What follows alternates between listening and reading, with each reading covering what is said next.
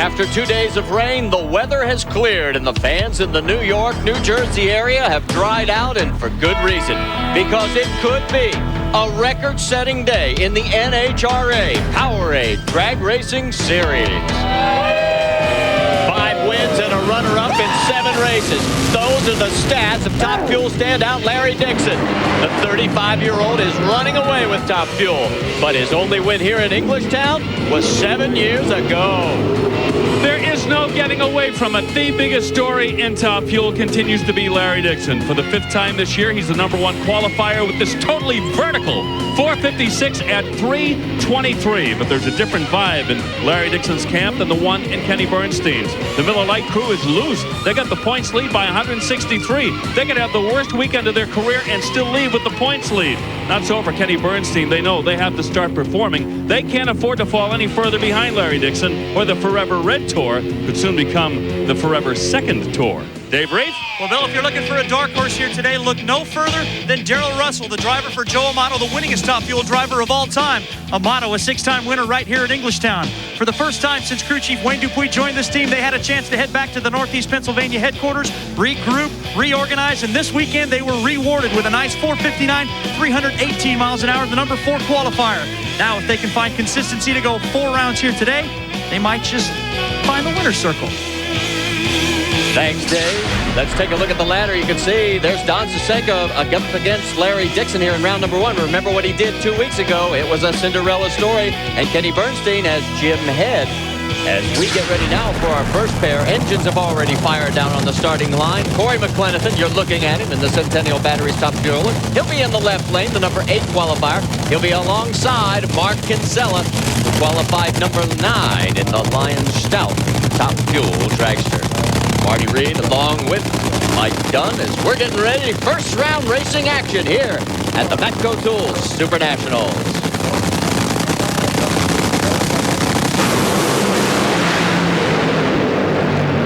Oh, big explosion.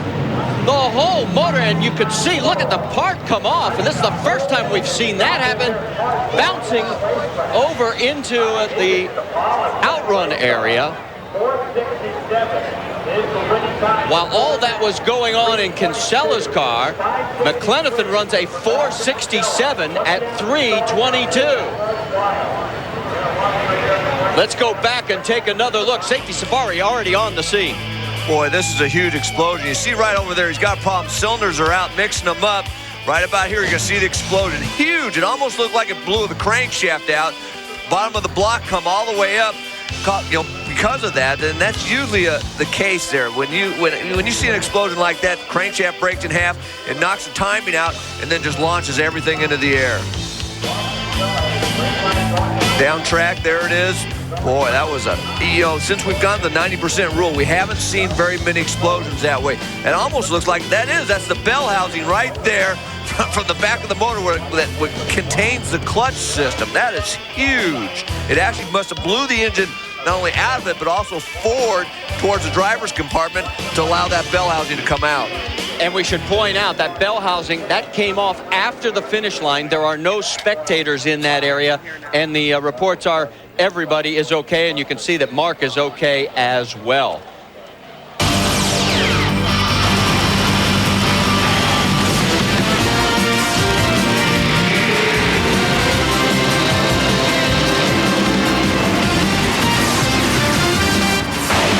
ESPN, the worldwide leader in sports and the exclusive home of the National Hot Rod Association, presents the $50 million NHRA Powerade Drag Racing Series. Today, from Old Bridge Township Raceway Park in Englishtown, New Jersey, it's the 33rd running of the Matco Tools Supernationals. And we have already had a lot more fireworks than we truly anticipated. We did expect record runs, but nothing like we just saw with Mark Kinsella. Bill Stevens has caught up with Mark at the far end of the racetrack. Bill? Mark Kinsella is out of the car, but you're in some pain, Mark, huh? Yeah, it's a lot of lower back pain. I think I'll be okay. The doctors are going to check everything out and just make sure everything is A-okay, but not feeling too bad right now considering how bad it was. When it happened, did you know how bad it was just from what was happening behind you? Yeah, it was so powerful that actually, as tightly as strapped in as we are in the cars, it actually blew me forward in the car. The concussion was so severe. Main thing is I'm okay. The safety equipment on the car worked, and I said we'll just get everything checked out to make sure I'm okay. Good to see you up and about. Thanks so much. An amazing thing is that this explosion is reminiscent of the two that Eddie Hill had in his car 4 years ago. This is Eddie Hill's former race car. And let's take a look at this bell housing. Well, right here we see, Marty, this area right here, that's the start of the problem. It broke the crankshaft right here. This is actually the number 7 and 8 rods still connected on there. And right here is the motor plate. That's what holds the engine inside the chassis. Right here is where it's bolted to the chassis on each corner. Blew those right out of the car. Right back here, you're going to see this part back here. This is the bell housing. The complete clutch assembly is still inside that bell housing, along with the system that actually activates the clutch system in the back. Now let's look at this side. This is what happened. It blew the motor towards the front. This is a driver compartment over here, obviously, where he was sitting. Here's the fuel pump down here. This fuel pump is usually way back here. The amount of that explosion pushed everything forward. And just a concussion. I've had blower explosions where it didn't even blow the engine out of the car, but actually would throw my head down to the ground from the concussion. This actually had that, plus the engine came forward. Just a tremendous explosion. Back at the starting line, engines have fired on our second pair of top fuelers. There is Doug Coletta. Got into the show on his last qualifying pass yesterday with that 466. He'll be alongside of David Grubnick. These two guys met earlier in round 2 at Houston this year. Both drivers had to pedal in that one, and Grubnick won that race. It's the only time in 4 head-to-head meetings that Grubnick has been on the victorious side. Dave, you got more? Well, if you didn't miss the show yesterday, Marty, our qualifying show, you probably didn't hear about Doug Coletta and his tow vehicle being stolen from the hotel parking lot. The van, that can be replaced, but a lot of the stuff that was inside was the concern of Jim Oberhofer and the team. Inside of there were starters and batteries and all kinds of clutch jets, chip management things for the ignition system. They figure they lost about $15,000 worth of stuff, and at this point, there's still no word yet if they found that van at all. The old bounty hunter name on the side of the car appropriate, because I guarantee you Connie Coletta will be offering a bounty to get a hold of those guys. I guarantee you that. But the key there, like Dave said, was not so much the starters and batteries. Those are easy to find from the other teams. It's just like all the chips that they use to make adjustments in the starting line based on what they're seeing on the track to detune that motor or change it or change the clutch jetting to apply more clutch in the staging lanes. That's the critical part that they really miss when you come up there, because you don't realize how much is gone till you need it.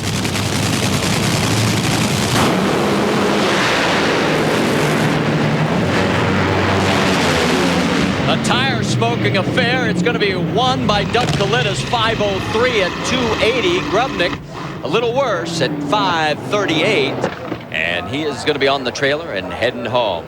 So Doug Coletta advances to second round, and we've got to advance to a commercial break. Stay with us. That's a violent situation, but Mark Kinsella is going to be okay, and that's the best news. Stay with us. More Top Fuel coming up.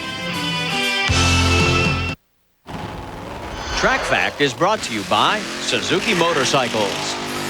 No matter how much horsepower your engine may have or how perfectly tuned your chassis might be, ultimately the performance of your race car is dictated by how well the tire holds the racetrack. In years past, the Goodyear Top Fuel and Funny Car tire had a lot of rubber in the shoulder area. That meant when the tire was spun, the centrifugal force would lift the edges of the tire, creating a nice square footprint.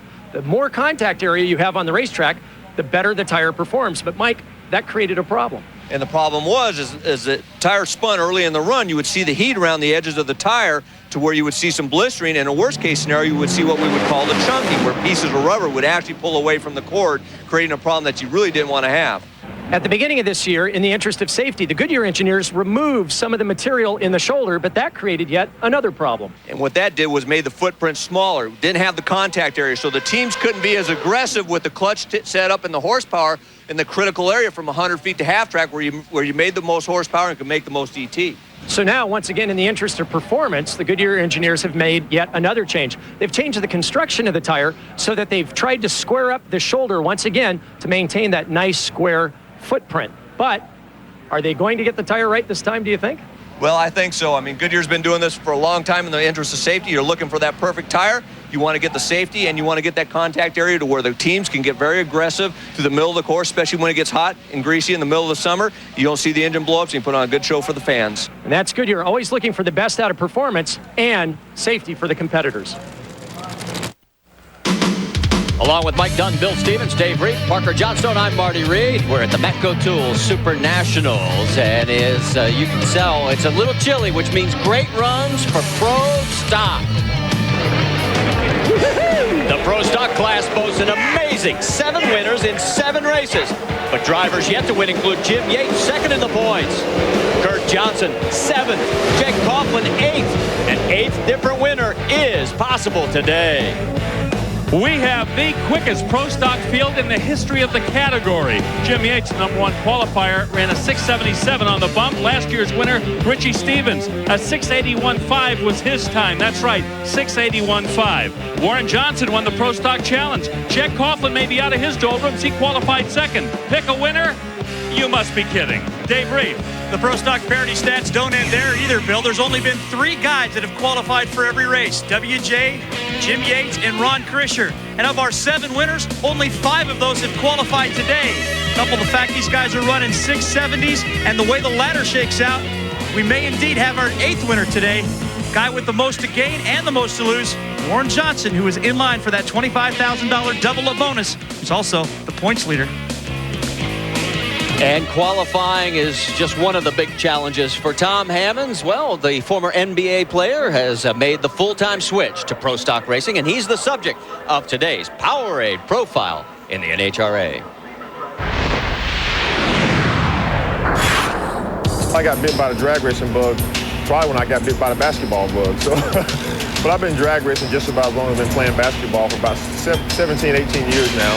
And it's something that I grew up with. I mean, other than playing basketball, if I wasn't playing basketball or studying or hanging out with my friends, hey, I was out trying to race or going to the drag races and enjoying the sport. First time I went to a real drag strip, I had a 67 Camaro, and I tell you what, this was a death trap. It had a full roll cage, but I tell you, the roll cage was constructed very poorly, but I didn't really know, and I really didn't care. So I mean, as long as I was out there racing and having a good time, that's all I wanted to do.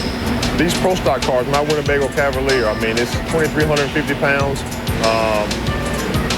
fast as a rocket. I mean, it's nice and smooth. Jerry Bickle does a good job of constructing the chassis, and I feel very, very comfortable. It takes my height into consideration. It's made specifically for me.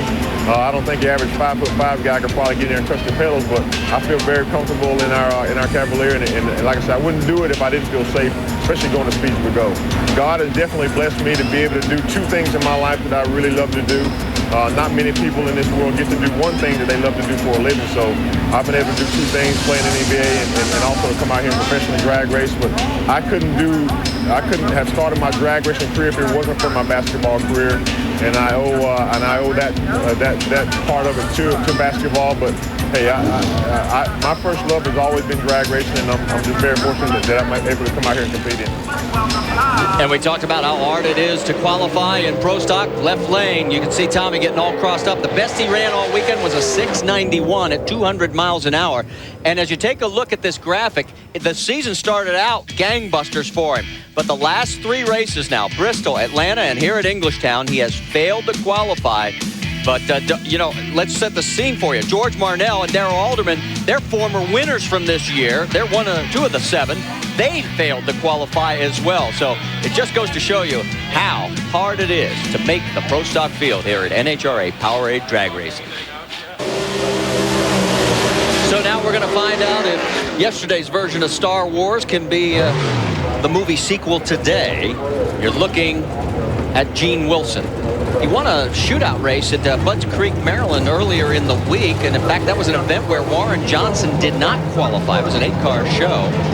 And over in the left lane, it has to be the story of the weekend. Arturo Delgado, 679 at 201. By leaps and bounds, it is his career best. As he backs up, let's take a look at the way things shape up. Arrow indicates who has the lane choice. There is #1 qualifier Jim Yates. And over on the right side of the equation, got Delgado and Wilson there on the bottom there as they'll meet the winner of his Warren Johnson matchup, Mark Osborne. And what do you think? I mean, Arturo hasn't made a race. He qualified last at Pomona in 2000 for the finals there.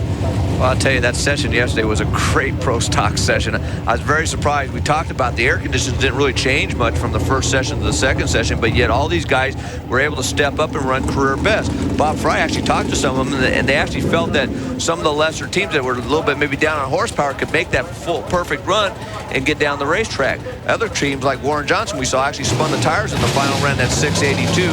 We'll see what happens here.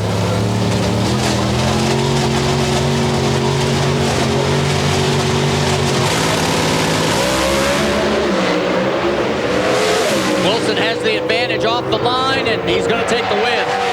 His second round victory of 2002, a 683 at 202 miles an hour. Back at the starting line, you look at Warren Johnson, who is looking to pocket another $25,000 if he can win this race today. If you missed it yesterday, he claimed $50,000 in cash by winning the Pro Stock Challenge, and did it in convincing style, shall we say. I mean, he was living in the 670s, and he had never been there before. And that's surprising that he'd never ran a 670 before. But he told us on NHRA today that he ran. The track conditions are actually maybe a little bit better to make the horsepower, but you have that sunlight on the racetrack, so that's going to be a little bit tricky. And you have to remember the last round of the challenge, he actually spun the tires and slowed down to that 682. Mark Osborne has the unenviable task of trying to take out the professor. Best he's run all weekend is a 680, and you can see the sun poking through the partly cloudy skies, and sunlight is the omen, the bad omen for these guys, because it raises track temperature. We'll find out who's got the right setup.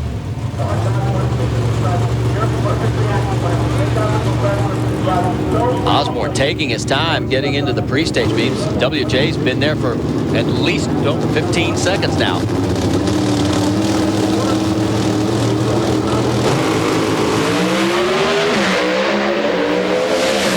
Osborne with 7/100ths advantage off the starting line, and there'll be no double up this time. Osborne lays down a 677 at 202, and a 678 is a losing ET, Dave Reed.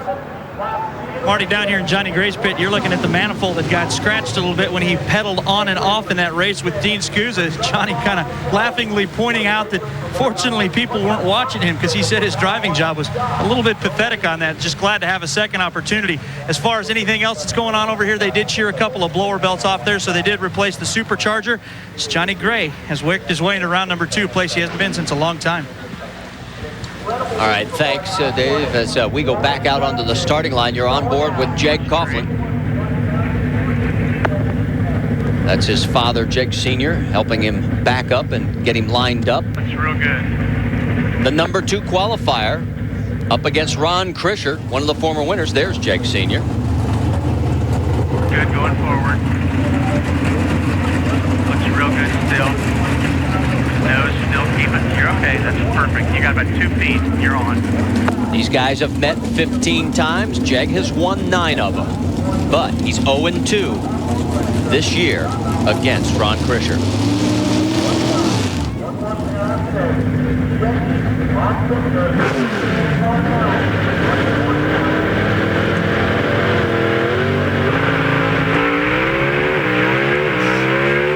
Coughlin leaves on him by a full 1/10 of a second.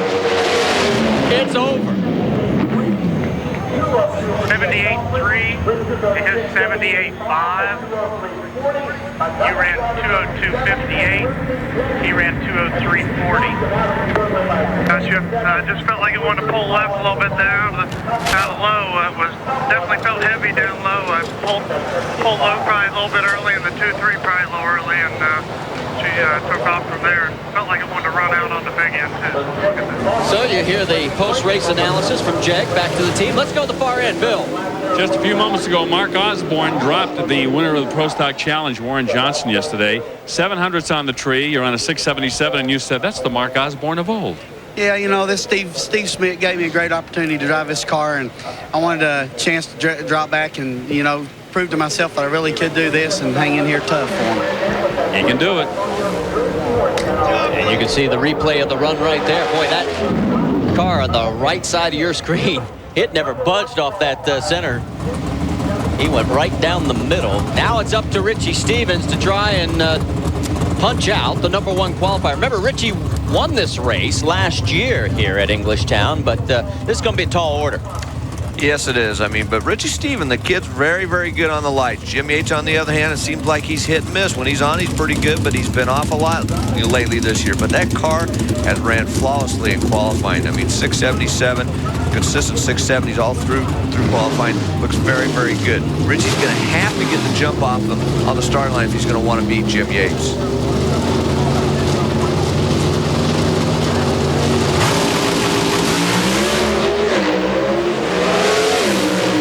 Has 5 100s in the bank, but not enough grunt at the other end. 675 low ET for the round. 203 so far for Jim Yates, and the #1 qualifier advances. Stay with us. A lot of action going on back in the pits as we've got to go to a commercial break. More Pro Stock when we come back to Englishtown. Hey, there's Gary Denton. The races in Pro Stock and first round to get you caught up on. First up, Mark Wisnett in the left lane. Mark Powick over in the right lane. Can guarantee you Mark's going to win. Just didn't know which one until they, well, decided to go racing. Problem was, they decided to have a staging duel. Rick Stewart looked at him and said, fellas, when are we going to do this? Truth of the matter was, they ended up going over 50 seconds. In fact, it was 54 seconds before they finally would pull into the beams. And who would go first? Well, you're about to find out. Yeah, it was Wisnett. Then Power. Then we finally went around drag racing. It was Mark Wisnett taking the win. He runs a 679 at 202 miles an hour to Powick's 683 at 201. Next up, it was Troy Coughlin in the left lane. Kurt Johnson in the right lane. No staging duel here. 681 for KJ at 202 puts Troy on the trailer. That brought up Alan Johnson against Larry Morgan.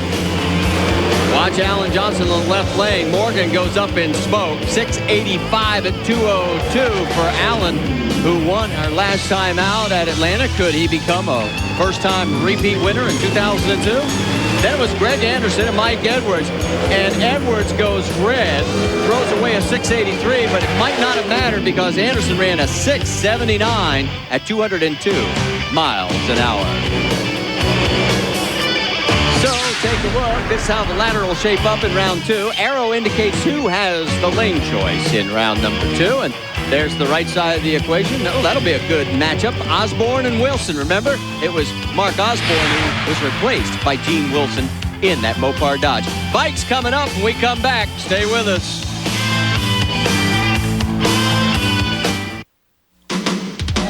Back here at the 33rd running of the Matco Tools Supernationals with Mike Dunn, Bill Stevens, Dave Reese, and Parker Johnstone. I'm Marty Reed. Hey, guys, we're glad you're here. Hey, it's time for Pro Stock Bike.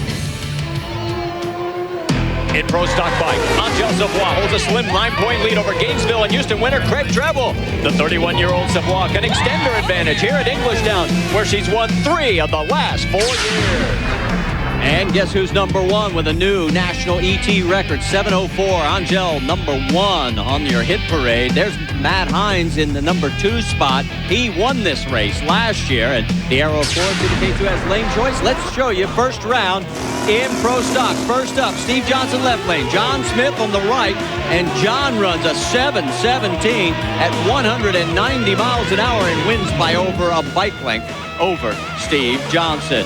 That would bring us up to Reggie Showers in the right lane. Sam Hurwitz in the left lane.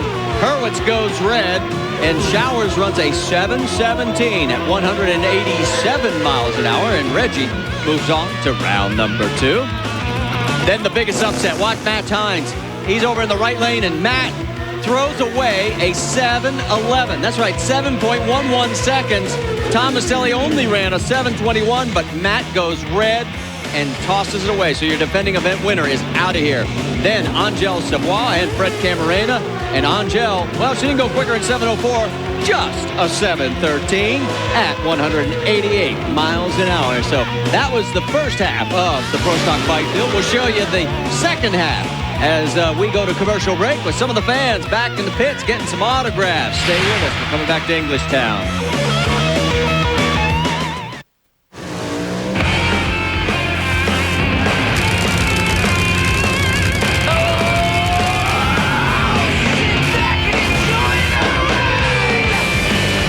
Yeah, one guy who's enjoying the ride is Craig Treble in our Army driver profile. Look at this. For his career, he's been in 46 races, won 3 of 6 finals, 2 of those this year at Gainesville and Houston. And what did Craig Treble do in Pro Stock Bike in first round? Well, he's in the left lane, and he ends up running a 7:18 at 170 miles an hour and had no problems advancing to second round. Then it was Joe DeSantis and Antron Brown. Antron runs a 7.114. Top speed of the meet at 193. Low ET for the round by 4/1,000th of a second. And Antron easily advances. Then it was Gino Scali in the left lane. Chris Reuter in the right lane. Scali, as Reuter goes red, he had to try. He only could muster a 750. Scali runs a 7:18 at 181 miles an hour. And then our last matchup in round number 1, Sean Gann, Mike Berry. It was Sean Gann, a 7:13, 188 miles an hour, and you're now caught up on Pro Stock Bike after 1 round. Let's go to Parker Johnstone. Relationships between racing teammates sometimes can become very strained. But imagine if your teammate is your spouse. Well, I can't. But for John and Rhonda, that's a daily occurrence both at the racetrack and away. And Rhonda, we're all very competitive. When things don't go well at the racetrack, how do you balance family life once you get home? We always try to keep it separate, but there's always a little disappointment when things don't go well at the track. I mean, we always want to do good for our sponsors, and we want to do good for our personal reasons. And it's hard when he's our crew chief on the car, and he's also driving our team car. So it's tough because we're competing against each other as well, and it gets tough. But you try to balance it and try to keep it separate, especially with having a 3-year-old. We want everything to go well. And John, I know for most guys, keeping up with your wife is a full-time job as it is. But how do you balance being a driver and being with your wife when you're away from the racetrack? It's a juggling act, you know. You just have to make sure you step in the right, have the right shoes on that day. But it's a lot of fun for us because we get to come out here and this is what we grew up doing. So, our relationship is kind of based on racing, but also our family life's really important to us and keeping our daughter in a balanced environment all the time. But hey, she loves it out here too, so we just keep it rolling.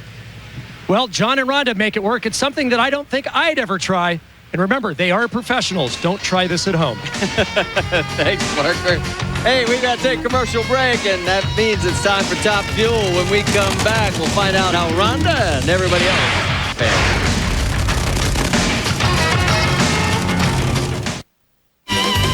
Let's take a look at the ladder now here as we get into second round action in Top Fuel at the Matco Tools Supernationals. Larry Dixon with the lane choice over Corey Mack. Rhonda Hartman over Scott Wise, and then it'll be Kenny Bernstein over Doug Coletta and Tony Schumacher over John Smith. And the first pair coming to the line will be Rhonda Hartman and Scott Wise. And Scott actually matched up once with Rhonda. That was earlier this year at round 1 in Atlanta, and Scott won that one. So a little chance for revenge for Rhonda. She'll be over in the left-hand lane.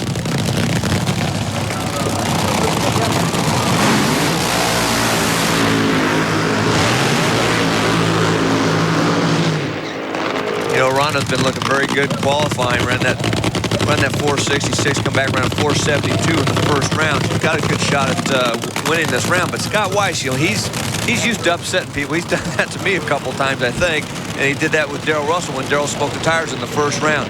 Just kind of been stuck at that 487, made one qualifying run at that elapsed time, then came back again, repeated it in the first round. I think he's going to need a little bit more than that. It seems like Rhonda Hartman does have a little bit better handle on this car than she's had for most of the season.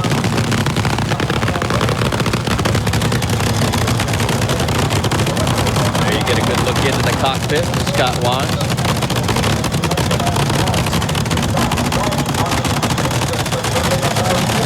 And as we move over and to Rhonda's area. Let's get more from Bill Stevens. You know, one of the things that are a factor in this race, guys, is economics. Rhonda Hartman-Smith really has a pretty good deal where she can throw as much money at that engine as she wants to go as quickly as they possibly can. Scott Wise, he's got to think of his parts. I mean, he'd like to go quicker, but if it means blowing stuff up, I don't think he's going to risk it. Well, we're about to find out. The winner goes to the semifinals. Loser packs it up, heads home.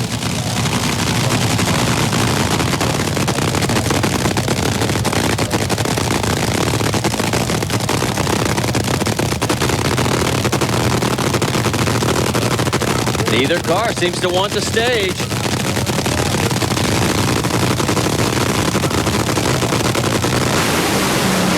Scott Wise that shakes the shootout. And Rhonda takes the win light in a 462, and she just keeps incrementally, slowly getting quicker and quicker each time down the track. So as she coasts on out after making a successful run into the semifinals, if you take a good look, you'll notice that Ron Capps has joined us here in the broadcast booth. We've started nicknaming this the kiss and cry booth because it's sort of like the figure skating deal. You know, you really don't want to be here, you want to be out there.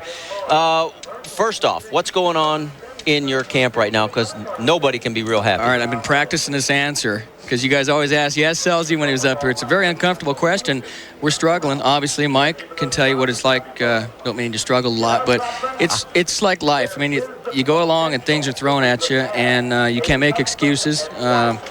Like Ace said, these crew chiefs don't wake up stupid one morning. There's just little problems, and there's so many variables on these cars that it's tough for these crew chiefs. I'm glad I don't have to do what they do because I wake up nervous and not being able to sleep a lot of times, and I can't imagine what the crew chiefs go through. I mean, I know Ace doesn't get a lot of sleep a lot of times, and but we're going to figure it out. Don Prudhomme, he puts the best equipment out there, the best money, best sponsors, and it's one guy that I don't have to worry about stepping up and making sure things are fixed. Well, as we go back out onto the track, Snake said yesterday and again in NHRA today earlier that he took the full blame. He says, I've hired all these people. I got to fix it. So we'll wait and see what happens. Glad you're here with us for Top Fuel and Funny Car.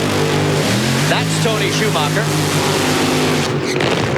And John Smith will be over in the right lane. Let's go to the far end to Bill. Rhonda Hartman-Smith finally over that speed bump, finally to a semifinal. Nice going. We need that, and it's great with both cars being in the second round. It's just helping us out a great deal. And thanks to Fram and everyone that's helped us out. We're just, team's doing awesome, and we're happy. Happy day. 3 times she's lost in the second round. This time she's going to the third to Dave Reed. Back up here at the starting line, Rhonda's dad, Virgil Hartman, almost as giddy as she is over that performance. And I asked him, with John Smith, Rhonda's husband, coming up in this next pass, how similar are the setups in these two cars? And he says, it's just a tick different for the yellow car, but they are tuned to go to a low 450. And should Tony Schumacher have any problems, we'll have a husband-wife pair in the semifinals. Well, what's interesting in this matchup, Mike Dunn, is that these two have only met one time prior. It was at this race, second round, last year. Schumacher won. Well, that's a coincidence, huh? But he's going to have a little tougher time about it this year, I think. You know, John, he ran a little bit better each run. You know, each time he's been down the track, ran that 479 qualifying, picked up a 10th for first round, ran that 468. Schumacher, on the other hand, been very consistent all weekend long. It's going to be tough. Ran a 464. I would expect they try to step it up and run a little bit quicker. They're probably going to want to run a low 460, and if John Smith can beat that, they'll give it to him.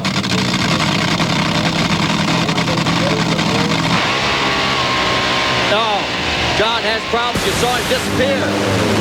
So did our onboard camera for a split second. And the win light to Tony Schumacher at a 470. So he actually goes a couple of ticks slower, 315. But he's now 2-0 over John Smith in the Prestone car. So as he coasts on out, we've got to take a commercial break here in Englishtown. There's some of the crowd. There's a young fan. Stay with us. We're coming back. Round 8, the NHRA Powerade Drag Racing Series. On Atlanta? I'll tell you what, Atlanta, we ran good. We got Magooed first round, you know, and all the power to him. He had never won a round before. Great, you know, great job. But the Army car is one of the baddest cars out here. I was concerned, you know, you watch Rhonda go out, same teammates with John, and run a 62. We needed more than that, but smoked the tires at just past half track, and I started thinking, I'm in trouble. I mean, he's going to go around me, but it didn't. We're the only Matco Tools car left here in Top Fuel, and man, this is their race. We got to perform for them. But for the Army and all the soldiers here and all the people on the East Coast, Army's going to the semifinals. Tony's Magoo mention refers to Don Sasenko, who beat Tony last week. In fact, John Smith, Tony's opponent in that round, also lost to Don 2 weeks ago. And Don's car name is Mr. Magoo, and I like that. I got Magooed. It was pretty good. You're on board with Doug Coletta. And Doug's going to be over in the right-hand lane up against Kenny Bernstein and the Budweiser King, Lucas Oil Top Fueler. KB's 13 up and 6 down in head-to-head competition against Doug. And does this surprise you? Left lane seems to be the lane of choice, guys.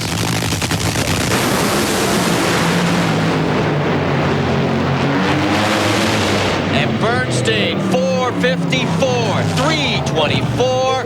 And he just parked Coletta, made him look like he was almost standing still, guys. He was really hauling it. Boy, this is a great run. 454. Watch this car launch. Wheels up. Going to carry it out there a little bit ways. Right about there is a transition where they get in trouble with the tire shake. See how that tire's nice and flat. That's the way you want it. That's perfect. Now she's starting to get up on the tire. You see how it's crowning. The chassis is going to start arching, and that thing's going to start marching down through the middle of the course. And that big top end speed, great pass. Now, Ron, we were talking about the lanes there and how dominant the left lane seems to have been. What did you notice about the lanes being out there on the track? I didn't notice much difference. I don't know if it's just a coincidence that the fast guys are running well and picking that lane. This place is it's a wide groove in both lanes, and usually you get a track with a bump here and there, and you kind of pick your lane from there. But Mike can probably tell you a little more about that. Well, I think you're right, Ron, because if you look at the first round, every single car in Top Fuel and Funny Car except for one chose that left lane. So naturally, the better cars did run in that lane. I don't think there's a big difference. Pro Soccer seemed to think there's a little bit, but it's not night and day, I don't think. Next up on our hit parade, it is Larry Dixon and Corey McLenithan. And as they finish the side-by-side burnout, we go to Bill Stevens. Kenny Bernstein, man, you hit the ball squarely that time. Well, Tim Richards and Bud King did that for sure. I hope they can do it again a couple of more times. That was a great run. I didn't know it run that in the heat like this, even though it's not hot, but the sunshine on the track, I should say. It got out there in the middle, and I said, this is where it usually smokes the tires, and I said, keep it in the middle. Don't move an inch either way, and I got lucky and did that. On to the semi. So far, he's got low ET of the lead, 454 here in eliminations. And you see that big, huge wing generating all that downforce. Larry Dixon. So he ran a 455 in round one. You know, against Corey Mack, these guys have squared off a total of 25 times. And you talk about pretty much dead even. Dixon is one up on him, 13 to 12. Well, that's an amazing stat for as many times as they've ran. You know, this pairing, Corey's ran very good all year, but boy, he has struggled this week. You definitely got to give Larry the edge. Once again, this drag race, you never know what happens. Corey's been having trouble getting through that transition. 1 second to 1.5, getting into that tire shake and having to pedal to get down the track. Larry Dixon, on the other hand, been looking real good like he has pretty much all year, all through this race. Top bulbs coming on. Everybody pre-stage. Who's going in first? Corey. Dead even off the line. But not at the finish stripe. Another 455. 325 miles an hour. You saw Corey Mack going up in smoke, Dave Reef. And for Dick LaHaye, just another one of those soft A to B 455, 325 runs. Well, you know, we've been pretty fortunate. I mean, this is a pretty good racetrack, and we're pretty good air. And everybody thinks that our combination runs in hot air and bad racetracks, but it don't run too bad on good racetracks either. It's pretty nice, I'd say, guys. I'd say it's very nice when you can run back-to-back 455s. Let's take a look at the matchups, and you'll see lane choice goes to Larry Dixon by a good sum, over a tenth. And then Bernstein with the lane choice over Tony Schumacher by 2/10. So stay with us as we go on board one more time with Doug Coletta. And that's what it looks like to finish second.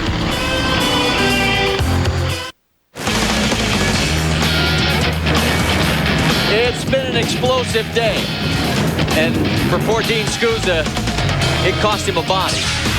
Let's take a look at the ladder in Funny Car. Tony Pedregon, your number one qualifier, has the lane choice over Whit Bazemore. Gary Densham over Johnny Gray. And then Tim Wilkerson, who took out John Force over Bruce Sarver. Cruz Pedregon over Bob Gilbertson. Let's go to the far end. Looked like old West Cerny had Corey loaded up for that one, and they banged it, Larry. But a great run for you, 4:55. Yeah, it's good. You know, we run a 55 in the first round, we run a 55 in the second round. So it's, you know, you can't take any of these guys lightly. I mean, every car's strong, and you got to go for it every single time. And, you know, fortunately with Miller car, we're getting it done. And, you know, next round, it ain't going to be no easier. I'm curious, who was your crew chief in your rookie year? Wes Cerny. That's what I thought. There you see Alan Johnson, the man who is in charge of that white cap Toyota. Bruce Sarver behind the wheel. We've already documented, Ron, the buzz that's been going around. What's talk among the drivers? Parcelli? Yeah. He could drive anything that's got 4 wheels on it. Trust me. Well, it's another driver's race. Who's going to pedal the best? Got it. And it's going to be the win light to Bruce Sarver. A 690 to a 691. And Sarver just earned his money for this weekend.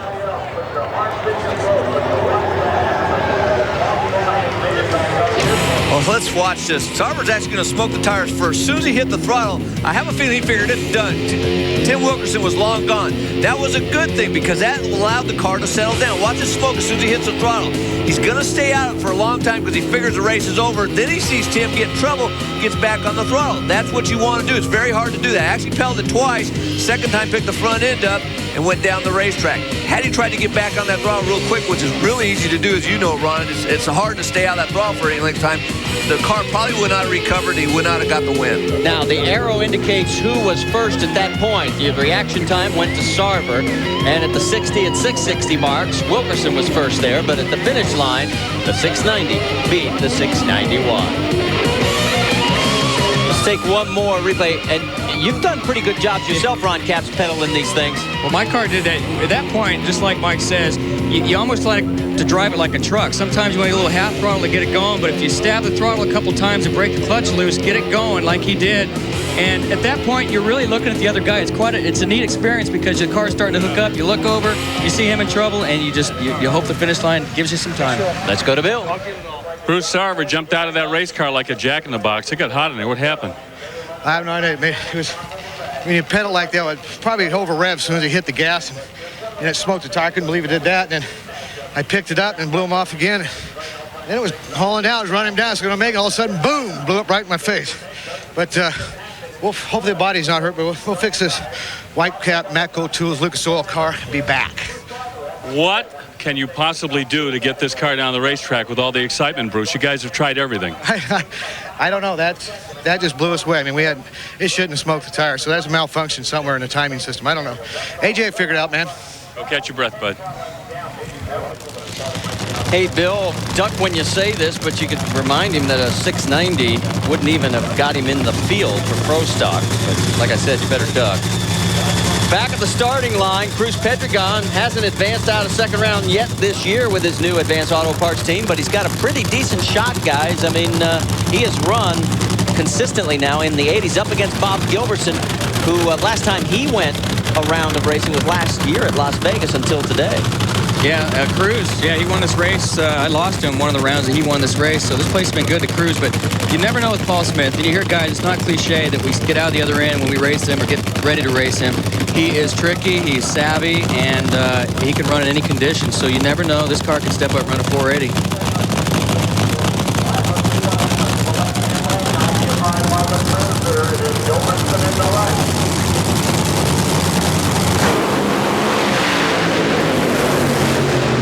Off the line, and Bob Gilbertson runs a 495 at 288, and Cruz had some kind of problem at 510, slowing at 275. So Gilbertson goes on to the semifinals. Stay with us. More funny car action when we come back to the Matco Tools Supernationals.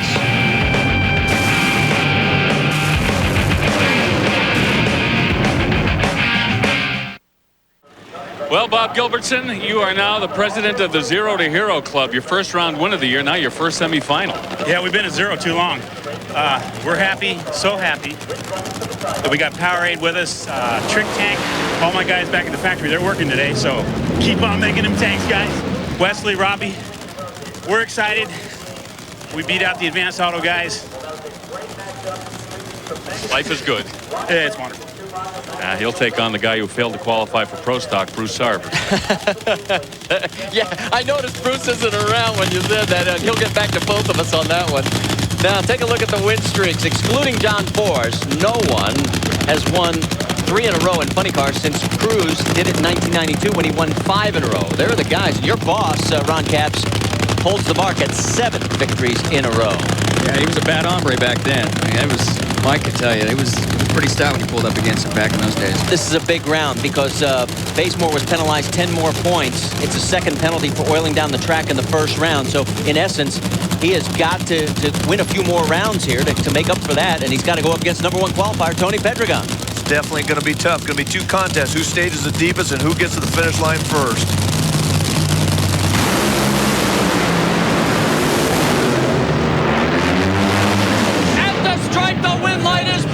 At 485, 315, and the points championship is tightening up. The winner of this event last year and your #1 qualifier is out of here. This is a great side-by-side race. Both cars lead basically dead even. Tony had a little bit of a jump on him. Looks pretty good. Looks like Tony's running good through the middle. Half track there side by side, and then Bazemore just right at the other end, right at the stripe, gets the win. Well, take a look. The arrow indicates who was leading at that part of the track, and you can see that Bazemore drove around Tony Pedregon. Dave? Leibert, that one was plenty large.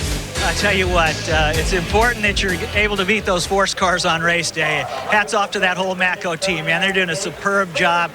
We struggled a little bit there Saturday qualifying, but we were up late, 2 o'clock in the morning, looking at those computers, and I think we figured it out. Hopefully we can keep going. They may not be done with Team Force yet, Bill. Gary Dencham's coming up next, but he has to get by Johnny Gray. Whit Bazemore is taking his helmet off after what we consider to be one of the preeminent funny car matchups of the year. With by 34 thousandths of a second, you beat Tony Pedregon. Cool. That's great. Have a glass of Powerade here. Old Schumacher, he's a great boss, but he ain't easy, And a couple weekends ago, he said, Baze, we're not winning any close races. So I guess we're making it all up today. But, thank God, these Matco Tools guys, awesome team. And it's a hell of an opportunity we have, and we're trying to make the most of it, Remember, he beat his teammate, Scotty Cannon, in round 1 on a hole shot. And Bill, the other good news for Whit Bazemore is he did not oil the track like he did in round #1. Remember, that cost him 10 points because it's his 5th oil down. So that's 20 for the year that he has lost. You can't afford to give that kind of ground up, especially when you guys got like Gary Dencham coming to the line, who is 2nd in the points chase right now, ahead of Whit Bazemore. Dencham will be in the left lane. Johnny Gray over in the right. Johnny Gray, he's been struggling. He seems to go rounds every now and then, but he hasn't had that kind of dominant race car that he would like to have, like Del Worsham actually had at the beginning of the season. Still, he's got, to this round up to this point.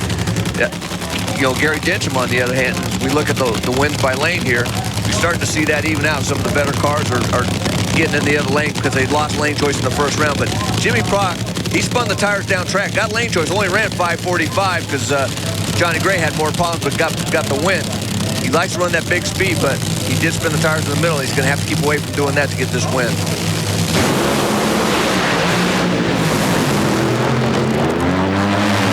Gary Dencham, it looks like he heard it right at the lights. 483 at 309, but he advances as Johnny Gray goes up in smoke. So Dencham closes in more ground on points leader and boss John Force. So things are really starting to get interesting. We've got to take a commercial break. Ron Capps, thanks so much for coming by in the booth. Better luck next week at Topeka, and we'll see you there. And we take a look at the matchups in the semifinals. In funny car, it'll be Bazemore with Dencham having the lane choice over Whit, and the lane choice also going to Bob Gilbertson over Bruce Sarver. Remember, when we come back, it'll be the factory hot rods coming your way with the Pro Stock action here at Englishtown.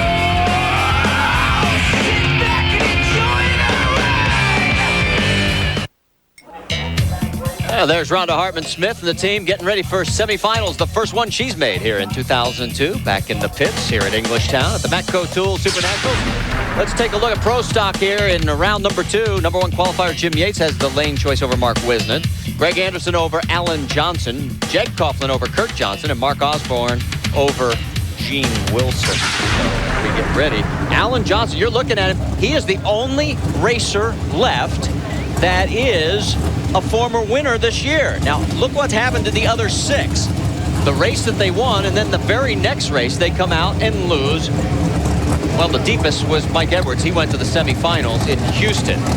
But Alan Johnson here in the second round, will he follow suit? He is the only former winner left, so we have a very good shot at setting another NHRA Powerade drag racing record with our 8th consecutive different winner to start a season. And Greg Anderson is going to try and do the honors of putting Alan on the trailer. And Alan Johnson doesn't want to do that. Both these drivers are very good levers. Alan ran that 685. Greg Anderson ran that 679. So Alan Johnson's going to have to step up in the power department. Greg Anderson with the advantage off the starting line. And guess what? We are guaranteed of having our 8th different winner. 679 with a 5 to a 679 with a 6. Let's go to Bill Stevens. Gary Densham, you're in a position that a lot of drag racers dream about. You're closing in on your boss for the points lead, but more importantly now, you can put a stop to Whit Bazemore's run today in the next round. Yeah, I know it. No doubt about it. I mean, there's a lot of great teams out here, and Whit and the Matco guys, you know, they're great, obviously. But, you know, us Castrol guys over here with our Fords, we're pretty darn good, too. And, you know, and we're out there to stop them any way we can. And you know, we're a great team, and I'm so proud to be part of it. A critical matchup coming up in the semifinals. You better believe it, Bill. And there was Johnny Gray. Now let's go back and take another look at this race. Great side-by-side race. Greg Anderson, 16 thousandths advantage off the starting line. He needed that to get this win. Both cars run 679s. Great side-by-side race. They were pretty even as far as numbers went through the middle, but that little bit of difference on the starting line, there you see it at the finish line. You're on board right now with Jeg Coughlin, and as he backs up, take a look at what's happened. Remember the year 2000 when he won 6 races in 7 final rounds and, of course, won the championship. And then last year, you know, changed the motor program, went in-house, won 2 races in the 2 final rounds, but dropped to 5th. And right now has only been to 1 final round in 7 prior races on the NHRA Powerade Tour. And there's his dad, Jake Sr., giving him guidance into the beams, and he'll be up alongside of Kurt Johnson. What's also interesting about this round of Pro Stock, 8 different cars, 8 different engine combinations. Perfect. That is pretty amazing that 8 different engine combinations can all run so close and be so competitive in this class. I'm just amazed at how close and tight this racing is. You know, we say it all the time, it's determined on the start line. Jeg Coughlin, one of the best levers in the business. Kurt's going to have to rise to his A game to get a shot at beating Jeggy off the starting line. And I think he's going to need that to win. You're on board with Jeg Coughlin.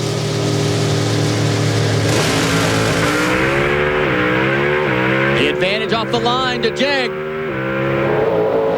And at the stripe, he pulls him. A 679, a 202. And a 681. 4, 202.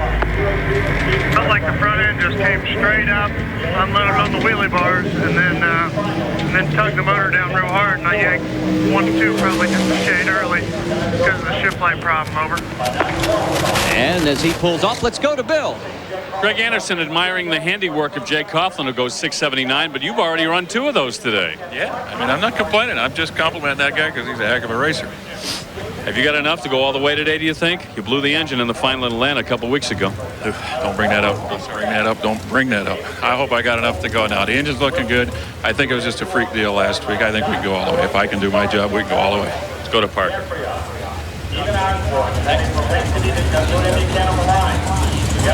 Well, something happened to Parker. We'll get to him as soon as we can. Let's set the stage easy for me to say.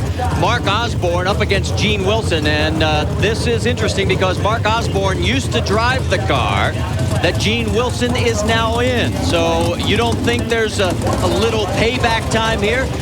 Not that Mark has anything personally against Gene, but obviously David Nickens, that man right there, made the decision to make the change, and Mark wants to prove him wrong. He would love nothing more than to prove him wrong. I've been in this situation, and you definitely want to beat your old employer, especially when they've let you go earlier before. But you still got to concentrate on doing the best job you can. You got to try to get that out of your head. But it's a hard thing to do because you want them so bad. Uh-oh, here we go. This is beautiful. Some games here. There you see the clock. This is how long the staging duel is going. And here's Rick Stewart looking at his watch. Remember, that first round staging duel was 54 seconds. I don't think Osborne will go in because he's mad. But who knows? We'll see. Yeah, and if you're Gene Wilson, he's probably been ordered, you don't stage first. Listen to the pro stock fans, and this is a big pro stock part of the country. They really love the factory hot rods here in New Jersey. Well, we're past 54. I'll have a ham and cheese on rye. And look at Rick. He sat down on the toolbox. We might as well go take lunch. It's going to be a while. This is great. He's backed up. Osborne's in first. Almost dead even off the line. Osborne sashaying down the track, and it's going to be Wilson. So Gene Wilson runs 6:77, 2:03. That is a career best for Gene, and he takes the win. Let's go to Bill. We were enjoying it down here, Jeb Coughlin, watching the gentleman he'll be racing in the next round. He runs a career best 6:77. You're not far off the pace this weekend. No, we'll be just fine. We got a little too aggressive there around this Old Bridge Township starting line, and there's a lot of racetrack there, and we thought it was going to fade away a little bit, and we're going to go back and tune this Jags car up, and it's exciting to be here, and we're looking to keep motoring on. Are you going to be a nice man and stage right away? Games are games, and we're here to play it, that's for sure. Well, whatever that means, I can't wait to see what happens. I don't know if he was saying yes we are, or no, we're going to just pull right in. We'll find out next time around. Now you're looking at number one qualifier, Jim Yates. He'll be in the left lane. And Mark Wisnett, who has rebounded after coming out of the box at his first race at Gainesville, making it to the semifinals. Can he do it again here? He'll be in the right lane. He would like to do it again here, and he's ran pretty well. He's ran a couple 670s. He's ran that 679 in the first round, but Jim Yates ran that great 675. Now, Yates hasn't been, that great on the lights lately, but a lot of that I think is a car, because the pro stocks are really, the reaction time is determined on how that car leads and the way they set the clutch. And it's my understanding that you can set that clutch up to actually be a little more aggressive early in the run, but you're going to give up a little bit on reaction time. It almost seems like maybe that's what Jim Yates and Terry Adams have done.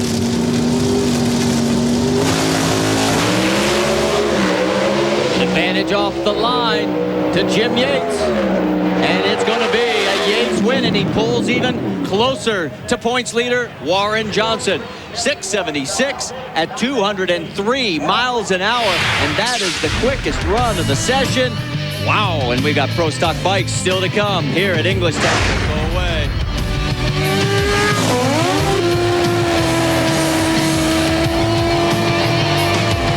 And we're back to action very quickly. This is Reggie Showers' right lane. Tom Maselli in the left lane. The win light goes to Reggie Showers, a 720 at 186 to a 725 for Maselli at 185. So just that quickly, they fire off the first pair, and here's the way the ladder shapes up. Arrow indicates who has the lane choice. Savoie and Brown on the left side. And on the right side, you already see that it's Maselli and Showers has moved on. Scally over Treble. Let's put a period on Pro Stock. Bill. With Jim Yates, first two rounds, low ET both times, but you're going for the record. Hey, we got them split fire spark plugs working this weekend. I wish we could get a record for them. They deserve it. They've been a great sponsor, but we got to keep winning them rounds, trying to cover up some of them points between us and Warren. I remember now, he'll race Greg Anderson in the next round, and Greg beat Jim Yates to win his first career national event last year in Bristol. And it is going to be a great matchup, a 76 to a 79 is what the ETs were. And, of course, Yates has the lane choice. Now you're looking at Gino Scali, the only Kawasaki in the 16 bike field that started today's action. Craig Treble, second in the points, coming into the event by 9. He's closest to you in the right lane. Craig Treble, he needs to get this win. He doesn't want to get too let Angel get too far ahead. He wants to stay in the points race. Gino Scali's not going to be easy. He ran that great 7:16. Red light. There we go. Scali tosses it away. And Craig Treble runs a 7:12 at 191 miles an hour. Let's go to Parker Johnstone. Well, Marty, you know, we're in the business of covering the heroes of the NHRA as they defend race titles and championship titles. But today it's my privilege to introduce you to 3 Americans that are in the business of defending our great country. First of all, we've got Green Beret Staff Sergeant Dean Stennert, Green Beret Staff Sergeant Mike Elgie, and U.S. Army Staff Sergeant Christopher Brayman. First of all, Sergeant Dean, as a response to 9/11, you went to Saudi Arabia, is that correct? Well, not exactly Saudi Arabia in response to 9/11. I was there previously on another engagement. But they kept you there, obviously. What brings you out to the drag races today? Today we're up here in support of Tony Schumacher and the Army Racing Team, also the Army Recruitment Command, and represent the 5th Special Forces Group, and having a blast here at the races. And Staff Sergeant Elgie, we know that you were sent to Afghanistan, one of the first in as a result of 9/11, but how are you enjoying the drag races today? Well, I'll tell you what, it's my first time to the drag races, and this Army team, they are incredible. This is quite an experience. And we have Christopher Brayman, and you were the man who brought the U.S. Marine flag out of the Pentagon, rescued a number of people, and as a result, you received the Purple Heart and also the Soldier's Medal. Yes, I did. It's an honor to be here. This is part of American traditions, especially being here with the Army race team, Army of One. This is a true class act. I'm very happy to be here. On the 11th, I brought out 4, rescued 4, and I recovered 63 people over the course of 4 days. I received my injuries during while rescuing my fallen comrades, and my injuries were sustained for that, so I have no regrets, and it's an honor to be here. Gentlemen, thank you so much for all you've done for us in our great country. You can see that sponsorship is oftentimes more than paint. These gentlemen out to support the U.S. Army car. And we second those thanks, guys. Believe me, it has brought home to a lot of us just how important the job you all do. Now, Angel Savoy, while we were talking to those 3 great men, take another look at this run. She runs 7:08 at 192. And I think she needed it because she 500's on the tree for Smith. And here comes Angel with that George Bryce horsepower on the other end. 7:08. Great pass once again into the semis. Take a look on super slow-mo, and she's got that front wheel dancing. Yeah, look at that tire. Watch the tire compared to the fuel car. It's nice and flat, too. We watch it when it hits a bump. She was washing out in Atlanta quite a bit, but here that thing's planted nice and straight. That's the way you want it. That's a clean ride. And the final pair in this second round action, it'll be Sean Gann over in the left lane, Antron Brown over in the right lane. And, of course, Antron laid down a really great pass in that opening round. Low ET of the round at 7:11. Red light for Sean Gann. He's thrown it away. Antron runs a 7:12 at 192 miles an hour. So that means Angel is going to have lane choice over Antron in the semifinals. Let's go to Bill Stevens. With Reggie Showers looking for his first national event win and pretty close to home in Philadelphia. It'd be nice to get it this weekend, wouldn't it? Let me tell you something, Bill. I raced at this track many a day, and I got to take Swick Powerade. But yeah, this will be really great Division I rules, and all my friends and family here want to say hi to Mom, Dad, and Autumn back home. And I got to race Craig Bass, because he hits so hard, and I'm looking forward to the next round. Craig's already got 2 wins this season and a position maybe to get the points lead back. Well, we're certainly trying. You know, this is the Matco Tools race, and we want to do well for our sponsors for obvious reasons. But last year we went out first round here, so we're really trying to redeem ourselves. And old Reggie, you know, we dice it out when we race, so here we go. And sitting back there in the cheap seats, Angel Savoy with that 7:08 on the board. All right, thanks, Bill. Let's take a look at the matchups in the semifinals. Lane choice will go to Angel by 4 100ths over Antron Brown, and then Craig Treble with the choice by 8 100ths over Reggie Showers. So we've got to take a commercial break. That's some of the action going back and forth. That's John Smith with his daughter. And that's also Rhonda's daughter, in case you didn't know they were married. Time for the Top Fuel semifinals. Rhonda Hartman-Smith is trying to make it to her first. Larry Dixon's trying to go to his 40th final. And you got to give the edge to the Miller Lite Top Fueler. I mean, after all, in 27 rounds of racing so far this year, Larry Dixon's only won 25 of them.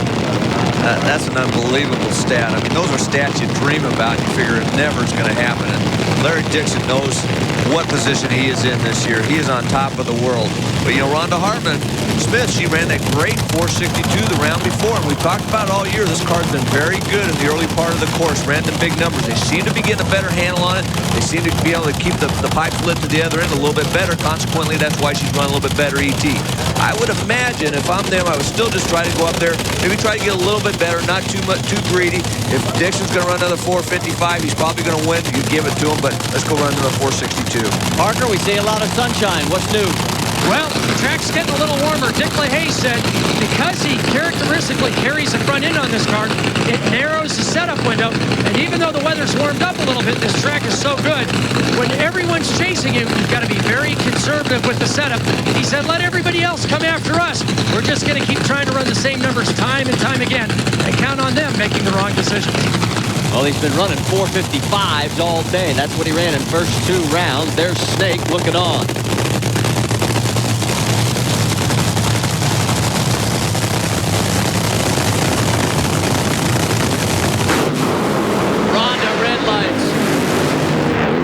Oh, and a wisp of tire smoke, and the door may be open. 538, 174, and Larry Dixon's into the final, but he dodges a bullet here. This is what happens when you're 27-2. You make the other people make mistakes. Rhonda Hartman knew she had to get a good light, just a little over anxious, hit the throttle, actually 2-stepped it, and gave away this run, because we're going to watch. You know, Larry Dixon goes out there. He's running pretty good, starts to spin the tires, and actually backfired the blower. At that point, he was dead, but he knew, I'm sure he saw the red light, knew he won the race, but had Rhonda Hartman not red lighted, boy, he got away with one. And Snake is happy because he's into the final again. Dave Reed? Down with Alan Johnson. It's been a tumultuous week, to say the least. What with Gary Scelzi, Bruce Sarver, all the changes going on. But you mean the whole drag racing world. Surprised to see you guys here in the semifinals without a car that's got down the racetrack yet. Yeah, we've definitely had our share of problems. But, you know, there's a few things to work out, and we're working at it real hard. And are we surprised to be here?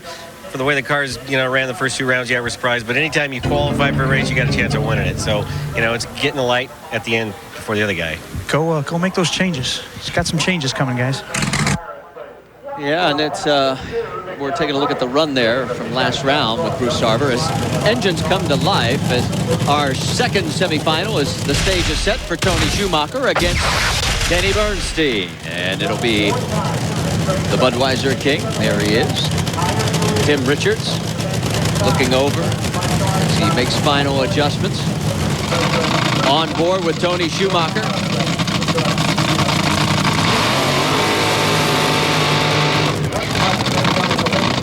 And he completes the burnout, and in the background you can hear the Budweiser King. Let's go to the far end, Bill. You always thank Dick LaHaye after a win, Larry Dixon, but I think God deserves that one. Well, you know, it's I think what happened to her, she was kind of taking her time staging, and I think maybe she got a little anxious, you know, with the tree and everything like that. I saw her go red and went on down there, and it blew the tires off, and, you know, maybe last year we lost races like that, you know, and this year we're winning them, so who knows? Maybe it'll keep it up all year. That's what you meant, Mike Dunn. When you're 27-2, things like that usually fall in your direction. Yep, and that's a fact. It's just that car's so good. You got to go up there and give him everything you got. I mean, how do you know that thing's going to spin the tires? I mean, Dick LaHaye is a master at getting those cars down the track. So that's going to tell Tim Richards right there that probably the middle of that racetrack's not quite as good as it was around before.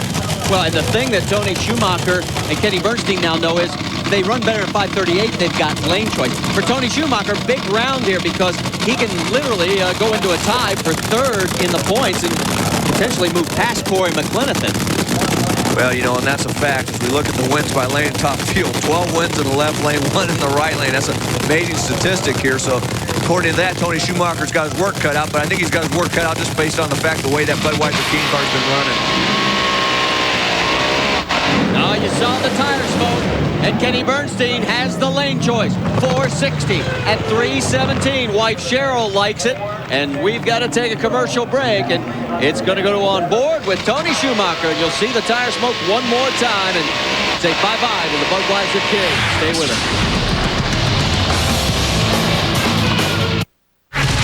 Time now for Funny Car semifinals. Bob Gilbertson against Bruce Sarver. Probably two guys we would not have picked to make it this far. Yeah, at the beginning of this race, I never would have thought that would happen, but they've been just getting down the racetrack, although not the quickest, and they've been getting those wins, and here they are racing each other. Dave Reed? Well, after talking to Alan Johnson, I mentioned he was going to make some changes, changed a couple of chips in the ignition, trying to retard the mag a little bit. The car was underpowered, shook in the first round today. The second round, it was overpowered. So Alan Johnson just trying to find that sweet spot, get this car down the racetrack to the finish line, underpowered for the first time all weekend. Now, he's talking about retarding the mag. He's actually going to take timing out of the ignition. What that does is take away horsepower. It'll actually drop horsepower away, and the engine RPM will drop down, help it get down the racetrack. Good race. And Bruce Sarver's going to the final. 487 at 307, and the car finally makes it down the track. And Sarver in his 7th final. Dave? That's why crew chief earns his money, man. Yeah, you know, the cars definitely have potential, but we hadn't had enough runs this year to get this new combination we worked on over the winter dialed in. But, it's getting better. So, hopefully we can make a good showing in the final. Who'd have believed when this saga started 1 week ago, we'd be in this position right now. Boy, and Sarver bailing out. He's got the fire bottles on his legs, so obviously he had a problem after the finish line. And let's take another look, see if we can see what happened. Well, Bob Gilbertson gets a big jump, almost 600 in the bank when he left the starting line. Bruce Sarver and Alan Johnson, remember, they detuned that car to get it down the track so it wouldn't spin the tires in that left lane. It looks like it worked pretty well on the top end. They had the great top end charge. You see a little bit of smoke down there. It's probably from some engine damage. Probably had a little bit of fire down in the shutdown area. Here we see, right through that point where he normally gets in trouble, car looks nice. Tires nice and flat, no shake. That's where he probably took the ignition timing away, took some horsepower away, settled that car down so it could get through that point. Then you start giving it the horsepower. You could see the fire right there at the end, right before the finish. Bill, right at the finish, it got a little active. Stop me if we've been here before, but twice in a day, Bruce. Hey, that ain't no fun. We got parts for this white cap Matco Tools Toyota, but I don't know, man. I was just running fine. It started vibrating again. It just did the same thing. Repeat. No fun. What run? 87.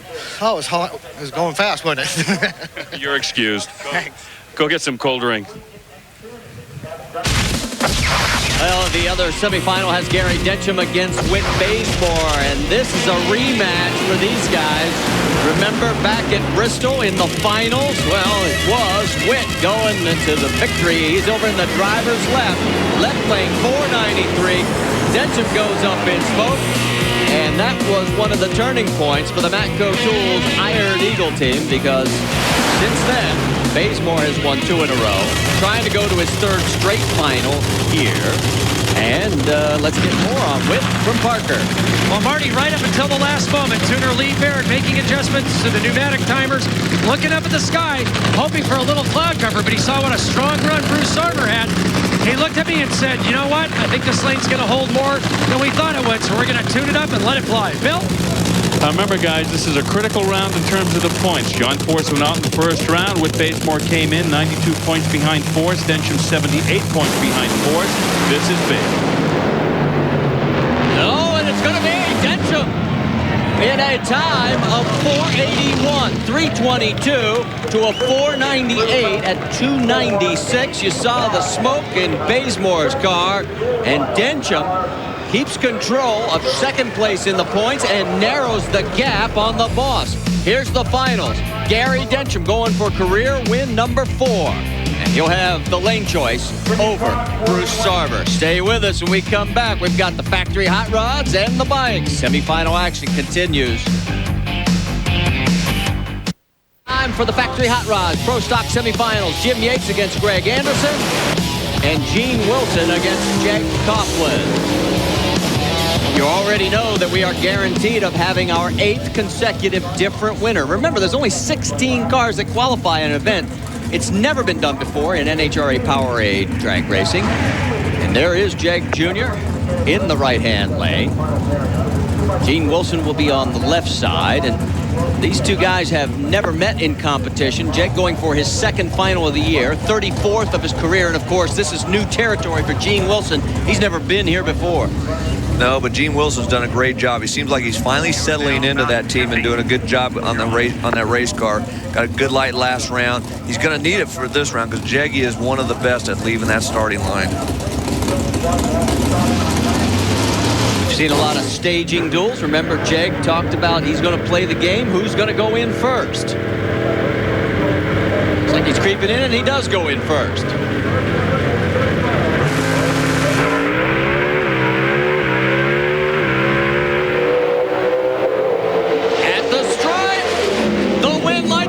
Coughlin, a 679. 79 is 83.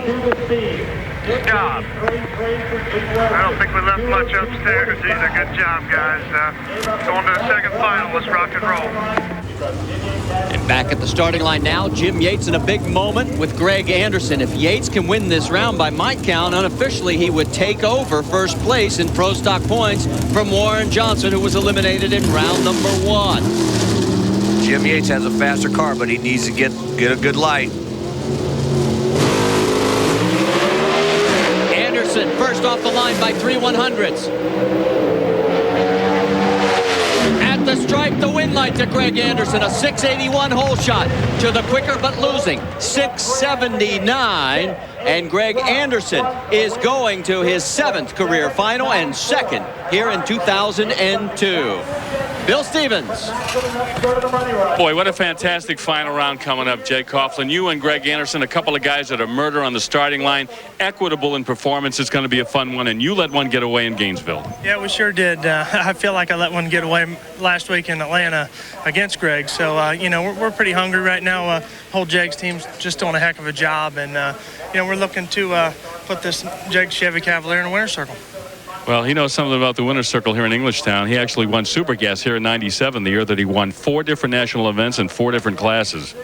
And he was referring to last time out when he got caught by the auto start. 7 seconds once 3 lights are lit, and he didn't make it in time and was automatically out. You see the lane choice. Jake Coughlin's got it, and action going on in Bruce Sarver's pit. Stay with us. We're coming back.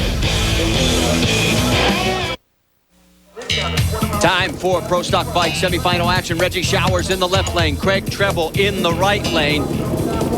And it is a big run for Treble. He's got to keep pace with Angel Savoy. Remember, he came into this event trailing by 9, despite the fact he won the first 2 races of the year.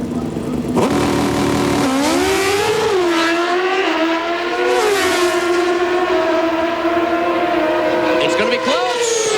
7:14, 191. Reggie Showers in the last 300 feet started to slow to a 186. And looks like Treble's having trouble getting it stopped before getting to the turn. But it looks like now he will get it down and makes it safely.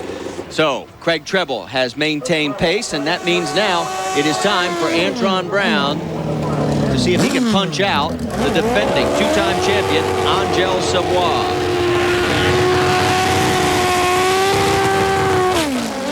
Angel obviously has a power advantage with that great 708 in the previous round, but she hasn't been on the light. She had a 477 first round, a 504 last round. Now she hasn't come up against any real competition, so to speak, compared. In these Pro Stock bikes, you got to remember one thing.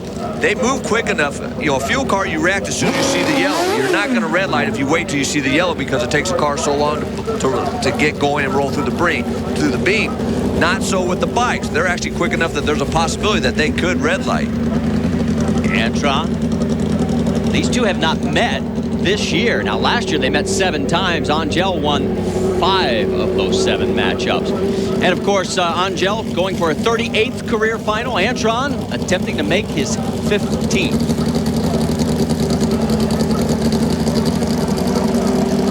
There's George Price, Angel's tuner, owner. Mark Pizer doing the same for Antron over in that left lane. Angel is pre-stage. Here we go. Time to find out who's going to race Craig Treble. 407 light for Antron. 4 100ths in the bank. Here comes Angel, but it's not going to be enough. No, Antron, a 7:13, 183 to the quicker but losing 7:11. The whole shot win for Antron Brown. Boy, Antron Brown did his job. 407, 400 being perfect. He was 7,000 from having a perfect light. It's what you need against Angel. She was a little bit off a 440 light. We saw her hit a 402 last week in Atlanta, but she would have needed it for this run because Antron Brown was away, got the whole shot win by that much.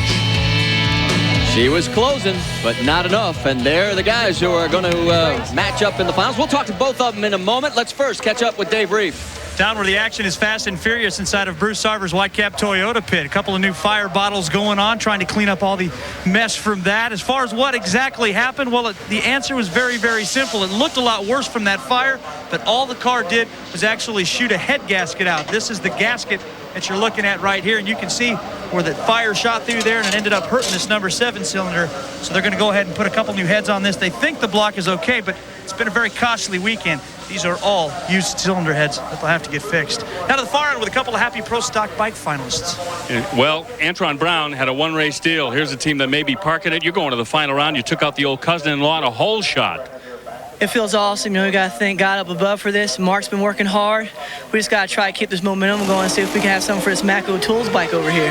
This Matco Tools bike is going for its 3rd win, and Craig, you're having a career year already. Yeah, it's unbelievable. I tell you what, Matco Tools really stepped up this year. Our program stepped up, and we're just happy to be there for them and all the distributors down there at Matco Tools. And Matco Tools sponsoring this race could be a banner day for them, but we'll have to wait and see. Thanks, Bill. And we've got to take a commercial break. And there's Larry Dixon poster card, and that's a very young fan. We're at round 8 of the NHRA Powerade Drag Racing Series at the Matco Tools Supernationals, and there is a lot going on. There's trouble in Dencham's pits. That's right, Marty. Just when you thought it was safe to go to the finals, this skirting broke off on Gary Dencham's bodywork. That allows way too much air to flow underneath the car, ruining the aerodynamic efficiency of this funny car bodywork. That's put a lot of extra pressure on the crew to get the engine change done during the allotted 75 minutes. Why? Because they don't have a spare body. They're going to have to use one of John Force's, and it's not an easy swap. There's a lot of fit and finish work that needs to be done to fit this body to Gary Dencham's car. Marty? Yeah, so much for interchangeable parts. So the thrash continues. Can Gary Dencham make it? Well, we'll find out when we come back because we've got all 4 finals coming your way from Englishtown. We've had some heavy-duty racing today in all 4 of our professional categories. Antron Brown, Craig Treble in Pro Stock Bike, Jake Coughlin, Greg Anderson going to square off in Pro Stock.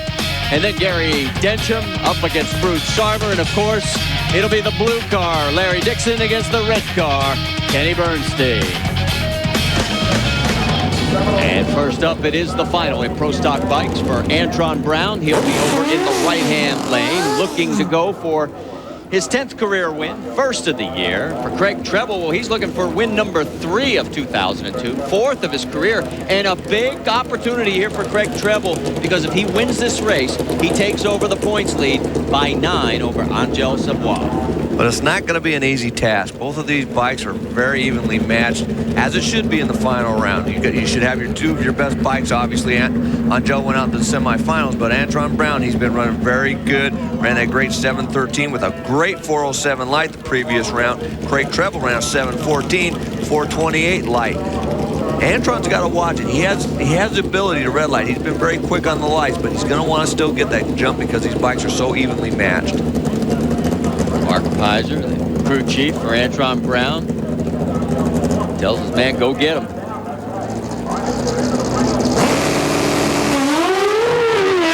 Dead even off the line. At the stripe, it's Antron Brown, 7-11, 192 miles an hour, and that should help the sponsor search. They have been looking and looking. They got a 1-race deal to make it to this event. They're not sure if they're going to have enough money as we take another look to make it to the next event. Great pass, Marty. Like you said, they left dead even. Through the middle, they're pretty close, but that 192-mile-an-hour top-end charge by Antron Brown made the difference for the win. Right there at the stripe, you're going to see it. There's the difference. Great race. Antron Brown moves into 3rd in the points, and Craig Treble is now 11 points behind Angel Savoie. That now brings us up to the Pro Stock final, and that means it's Greg Anderson against Jake Coughlin.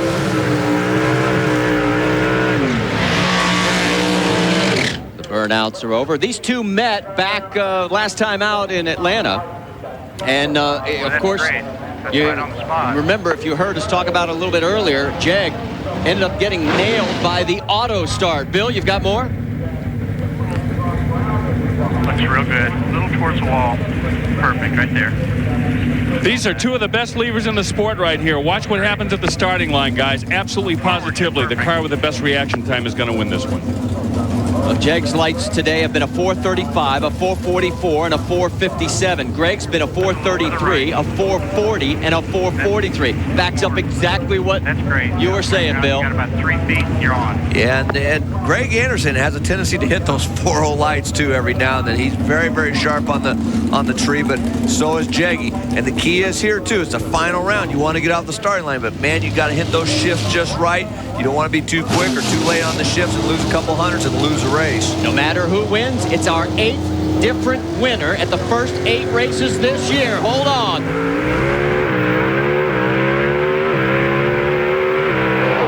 At the stripe, it is the win light to Greg Anderson. A 680 at 201 to a 681 at 202 for Jeg Coughlin.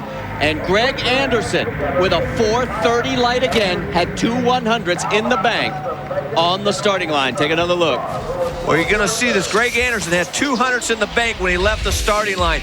That was the difference. Both cars ran pretty close to identical elapsed time, ran through the middle the same. You're going to see it at the finish line. It was pretty much all the reaction time difference. Made that difference right there at the stripe. And there's the crew reaction saying, yes, sir, we are that 8th different winner. Bill? Antron Brown, we talked on Friday. I talked to you and your crew chief, Mark Pizer. You said if you went a few rounds on Sunday, it'd help you out, get to the next race. Well, you overdid it. Well, hey, that's all right. We need this. You know, we don't have no sponsor on this machine right now, and I've been working real hard. Man, but it feels good. Man, you got to thank the Lord for just giving us the strength and going on and winning this win here at the hometown in front of all the fans. This is awesome. And, Billy Joe, I love you back at home, sweetheart. Great story this weekend. Yeah, he had a one-race deal with Family Fun Centers, and it's been a lot of fun because they got him to this race, and he did the rest. Meanwhile, back at the starting line, Bruce Sarver and Gary Densham are getting ready to square off, and you see the John Force body over on Gary's car. But before we get more into that, let's go up and talk to Greg Anderson, who has just received his trophy from Pat and Amy Lowry from Matco Tools. And Greg, we talked at the beginning of the year. We both agreed you were going to win a race. It took a little longer than we thought, but you did it. Yes, you know, I don't mean to apologize, but I'm sorry we stunk so bad at the beginning of the year. But you know what? We're coming on strong now. I think they know we're here. Man, I can't say enough about my 2 guys, Pat Barrett, Mike Traeger, Frank Iconio for the motors, Joe and the gang back home, Ken Black Sr., Ken Black Jr., thank you for the opportunity. Gotta love it. Yeah!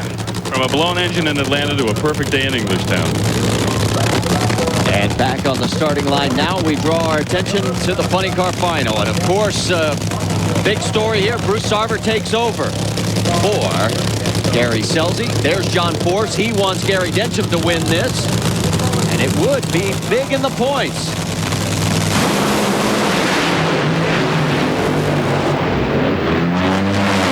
And Gary Densham has just taken over the points lead with that win. He runs a 5:04 at 3:16.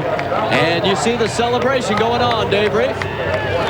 Needless to say, a bunch of happy guys down here, including one Jimmy Prock. 5:04, 3:16. Wasn't pretty, but doesn't have to be in the final. No, it was. Densham did his job there. That was great. You know, it shook the tires, but Gary pedaled it and got it down there. Way to go, man. He takes the points lead by 2 over John Force. Whit Basemore will be third by 64 points. And so, for the first time in a long time, this late in the season, we've got a new points leader in Funny Car, and it is Gary Densham. His 4th career victory, 2nd this year. And let's go to Parker Johnstone. John, you lost the points lead, but you lost it to your teammate. You were right in there putting decals on that car. At least your bodywork won this event. Well, we lost it to a good man, Jimmy Prock and Gary Densham. Gary's first time in his whole career he's ever had it, so he did the job for Castrol. He did it for Syntec, Mustang, and he also did it for AAA at Southern California. So, and he did it for everybody on this team, and we're just proud the hell of him. That's the man, Bill.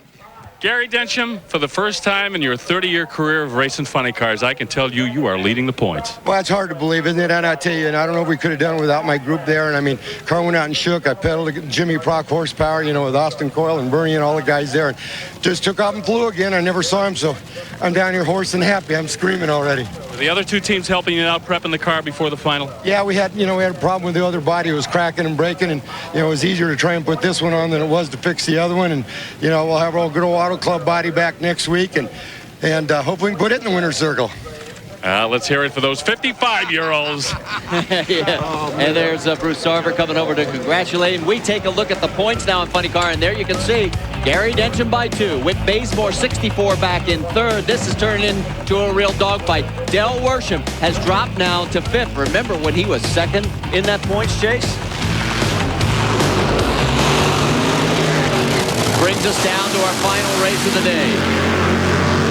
Will it be the blue car of Larry Dixon, closest to you in the right-hand lane, or the red Budweiser King of Kenny Bernstein? For Larry Dixon, of course, this is his 7th final this year, would be his 6th win. For Kenny Bernstein, well, could be his 2nd win this year. And in his illustrious career, number 63. Parker? Well, Marty, I talked to Larry just before he got in the car, and I said, hey, you're going up against Kenny. He said, Parker, I race the tree, Dick LaHaye races the lane, and to tell you the truth, if we lose to Kenny Bernstein, he's a great driver, it's a great team. He said the pressure is actually more on us when we're racing one of the smaller teams. He said, we've had such a beautiful year this year, so spectacular, and it may end at any time, but we're going to enjoy it right up to this final round and that final event. Well, this is a big round. Kenny Bernstein needs to win to pick up some points on Dixon. If he wins, he would be trailing by 143. If he loses this round, he would be trailing by 183. Yeah, and Kenny Bernstein wants to win this race, like you said. He's got lane choice, the left lane. Most of the cars in Top Fuel have one from that lane. I don't think there's anything wrong with that right lane. Dick LaHaye is better than anybody at being able to read a racetrack. He'll know what that track can take, and if he doesn't smoke the tires, it's going to be a great race, because I think both cars are going to run a big number if there's no tire smoke.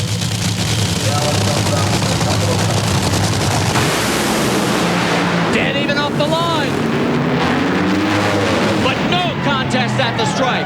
460 flat. 321. Kenny Bernstein narrows the points lead with his 2nd win. Dave Reed. Very happy bunch of folks down here. Brandon Bernstein, Cheryl's coming in, giving Tim Richards a big, big hug after a very, very awesome day for Kenny Bernstein. Tim, can you put this into words today? Well, it's gratifying. We really worked hard on this deal trying to beat that blue car. And, you know, like, it's really tough for a driver like Kenny. He's really a good driver, and you have to give him something that he can drive with. And we've had a hard time giving him something he can win with, and it feels good to go down and win a race, especially against that blue car. You gave it to him. He earned it. Unbelievable. And we're going to get a chance to talk to him when we come back from commercial break. We'll give him time to catch his breath. He was 268 miles an hour at half track. He was flying. Take a look at the points. Kenny Bernstein only 143 behind Larry Dixon. Let's go to the top end. Kenny Bernstein raises the trophy in victory, and how long in coming was this one, KB? Well, it's been a tough year. I mean, that blue car and Larry Dixon's just done a marvelous job, and they beat us every time we've raced them this year. So it's nice to finally get one. Hats off to Tim and the whole Budweiser team, and certainly Lucas Oil and Mac Tools are supporting us all this time. But the fans here in New Jersey, the governor and Joe DeMarco, Budweiser distributor, we love them all. They're great people. I know you let Tim tune the car. Oh, yeah. Was there any discussion before the final round? I never discuss much with him unless he asks me. We let the general do the decisions there, and I don't say a whole lot. Every now and then he'll say, come and look at this. What do you think? And that's usually about one out of every 150 days. Great racers and great businessmen know how to delegate authority. Absolutely. Governor McGreevey was here to salute Kenny Bernstein, and this is the schedule for next week. Qualifying 5:30 Eastern Time, NHRA Today on Sunday, and the finals at 3 o'clock Eastern. That's going to do it for us. Want to thank Mike Dunn, Bill Stevens, Dave Reed, Parker Johnstone, and our entire ESPN crew.